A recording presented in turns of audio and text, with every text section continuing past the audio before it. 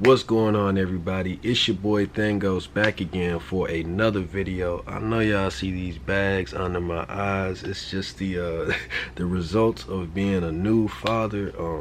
Yeah, that's what I've been going through recently. I just had a beautiful son. His name is Joseph. That's why I've been, you know what I'm saying, preoccupied. Haven't been making that many YouTube videos. My braids been getting longer. Them shit's all in my face and everything. But anyway, if you know who you are, if you're fans, you know, supporters, then you already know what I've been having going on. Been on my Facebook, you've seen my beautiful son, and I appreciate all your support and for the love on the channel despite the lack of content that I've been putting out. But you know what I'm saying, it's priorities, man. I got a lot of shit going on. I'm still out here in San Francisco right now with my BM and the baby, but I will be making my trip back home pretty soon. I have a lot of work to do, not only for what I'm trying to pursue and, you know, with my brand and everything, but also for the sake of my son and my family. So I got a lot to do, man. I got a whole lot to do, and I'm actually super excited. I'm a little, you know what I'm saying, like a little intimidated by it at first. But, you know, once I got him in my hands and I just got to see his beautiful little face, and I don't know if y'all know, like, that newborn baby smell, bro, but he smells so good. I don't know why I like it.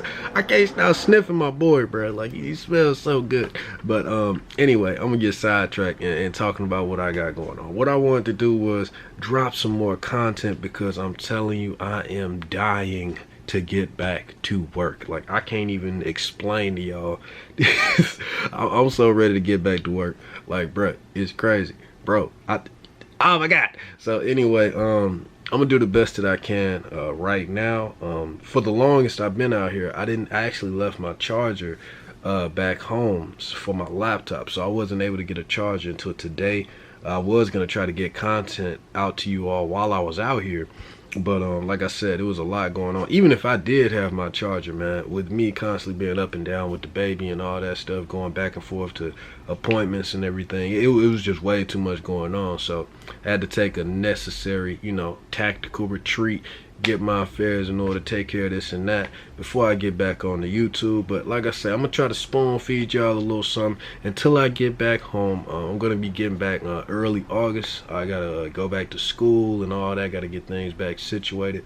But once I get back to my normal studio setup, I'm gonna be flooding y'all with so many videos that y'all know what to do with, man. But right now, I want to make a quick little video talking about, you know, what I love, and that is Invincible. Now, the show is not going to be coming back for quite some time. We have no idea when season 2 is actually going to release. We just know that season 2 and season 3 are confirmed to be on the way, which is great news. And another thing that we also have confirmed is that the character of Angstrom Levy is going to be around. Now, some of you may know who Angstrom Levy is, may have heard of him. I know if you're a fan, you definitely know who he is. But if you don't, that's what this video is going to be for. Now, I made, I think, like 1 or 2 videos prior talking about Angstrom Levy, but they weren't to the amount of, you know what I'm saying, I didn't really break it down to the extent that I wanted to in those videos. So what this one is going to be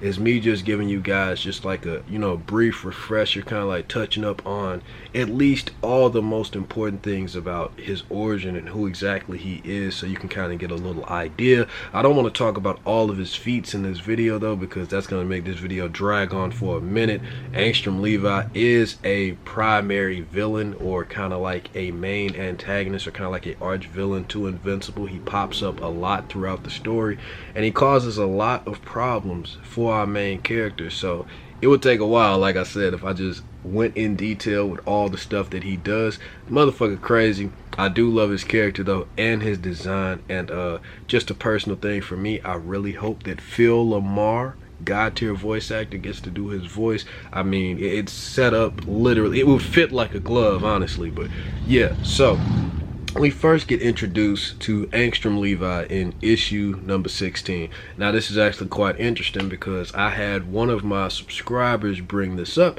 how it would be cool if they started season 2 like this. Now, when we get introduced to Angstrom Levy, he's literally in an alternate dimension. And you don't know that at first when the issues opens up. You know something's off because you see Invincible and his father actually taking over the world. It's kind of like a situation redone to like the first season, you know, and he was trying to get his son on board with getting the world ready for takeover for the Viltrumite Empire and stuff like that. It's kind of like this issue starts out with the situation of what if, you know what I'm saying? Like, what if Mark actually did work with his father to take over the world?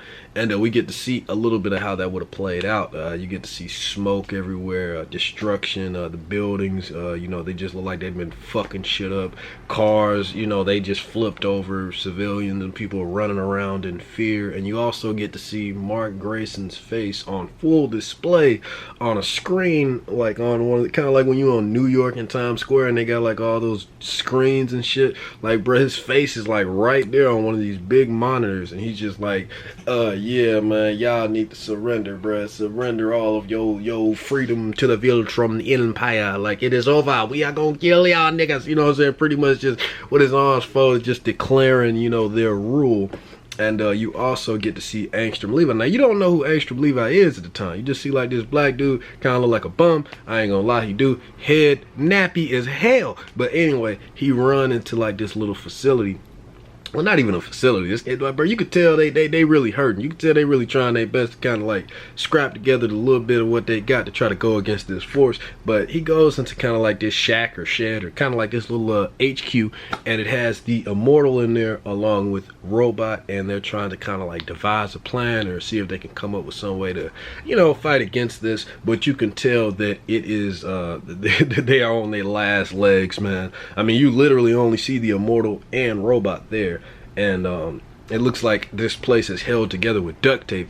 And Immortal asked him, he like, bro, was you followed? You know what I'm saying? And I ain't gonna lie, I already knew when he asked him was he followed, they was gonna pop up in there. That shit was funny as hell, because in the middle of his talking, when he said, no, I wasn't followed, you think I'm that stupid, nigga? I know I did not get followed. Boom, they just pop up in there. I told your ass, was you followed? And then Immortal, hilariously, once again, it's gonna become a running theme how this dude constantly gets killed, bro.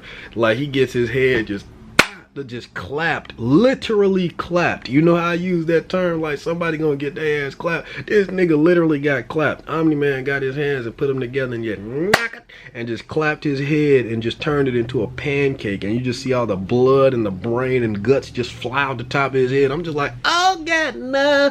And then he ends up going straight over to Robot and grabbing his head, and Robot just like, even no matter how much you destroy me, I will always find a way to put myself back together, nigga. And then Invincible crush his head as well. What's up with the crushing heads, man? It's crazy.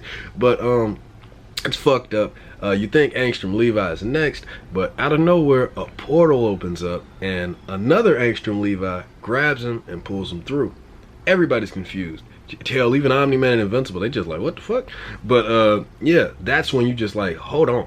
But it's also that, you know, that's when you realize that they're definitely, for sure, in a different dimension. So, cool thing about this is, honestly, I wouldn't have been able to think of a better introduction to the character of Angstrom Levy, even if I wanted to. That was a great way to introduce his character. But you also learn more about him. You learn his plan. Now, what he wants to do is, what is also probably going to become a running theme in the series is how the Mauler twins are always broken out of jail for their technical prowess and how smart they are. They literally got broken out of jail in the first season by Robot to help with his little personal project to get a real body.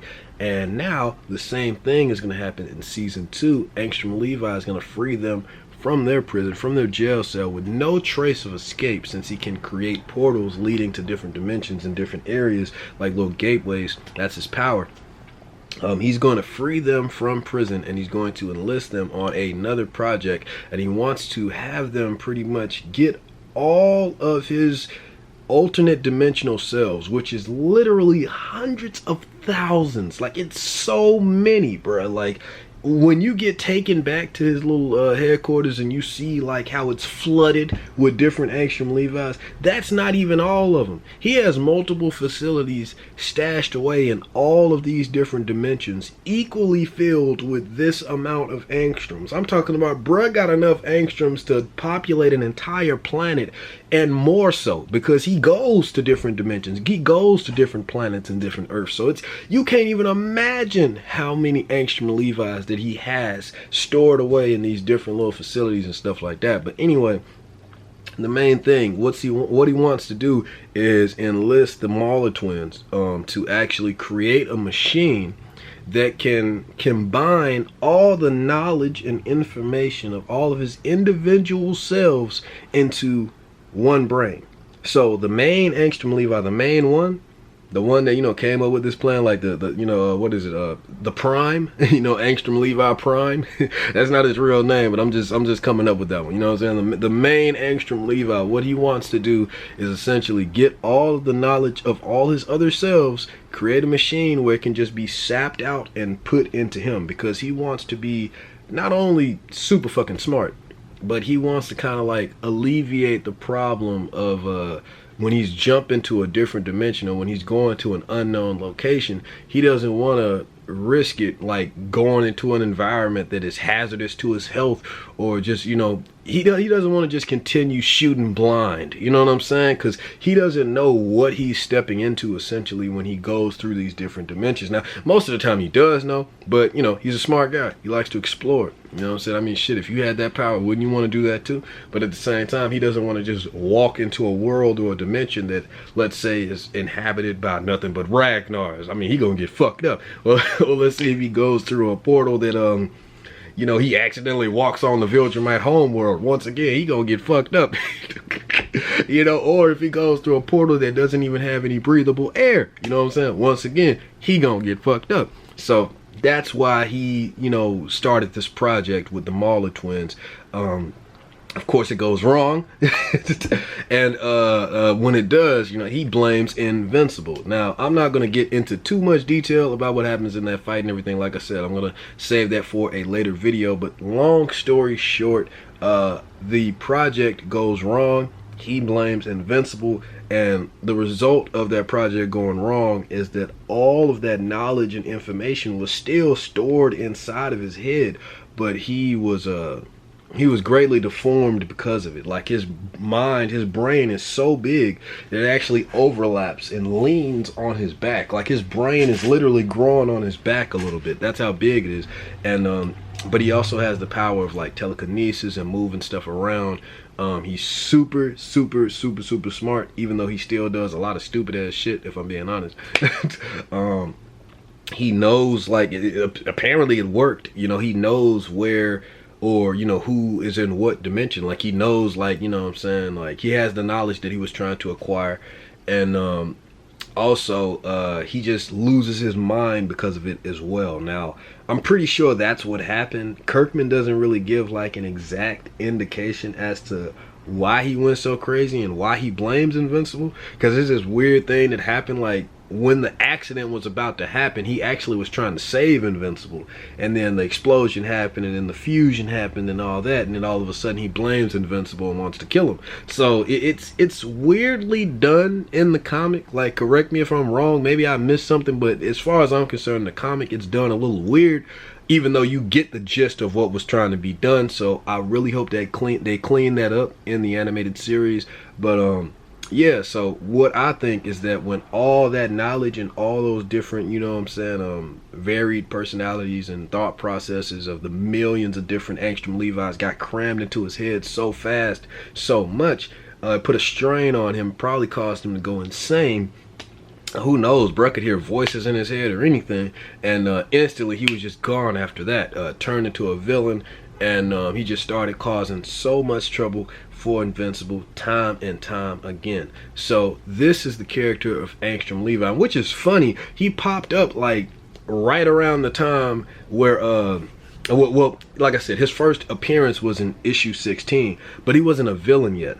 Later on, man, what issue was it? I know it was an issue when William and Mark was actually talking, and William was telling him, he was just like, bro, like, you know, because it was right after that fight with the Reanimen on their college campus. Only in the comic book they didn't visit the college, they was already there.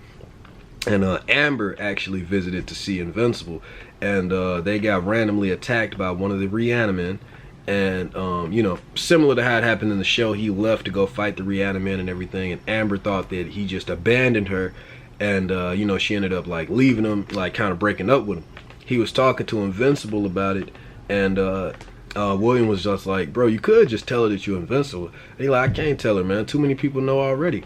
And then he was just like, well, you know, it's not like you got like a arch villain or anything, bro. Like, because Invincible was just like, bro, the more people know, the more they're gonna be in danger. You know, the typical thing about like the more people know, my enemies could try to hurt you, my mom, you know what I'm saying, Amber. They just like, bro, that's bullshit, bro. Like, I like how, you know, Kirkman always puts these little jokes in there to kind of like poke fun at tropes and stuff like that. But he's just like, bro, it ain't like you got an arch villain, bro. You ain't gotta worry about that bullshit, da da da da. And literally in that same issue, that's when we have the accident with Angstrom Levy that creates him and turns him into, you know, the villain. And, you know, and we are, you know, for fans of the series, we know that he pretty much is like the arch rival or the arch villain of Invincible. You know what I'm saying? Invincible does have villains that he fights multiple times, but I don't think he goes back and forth with more villains than he do with Angstrom. Like, Angstrom, he got a grudge and he got a fade that he wants to catch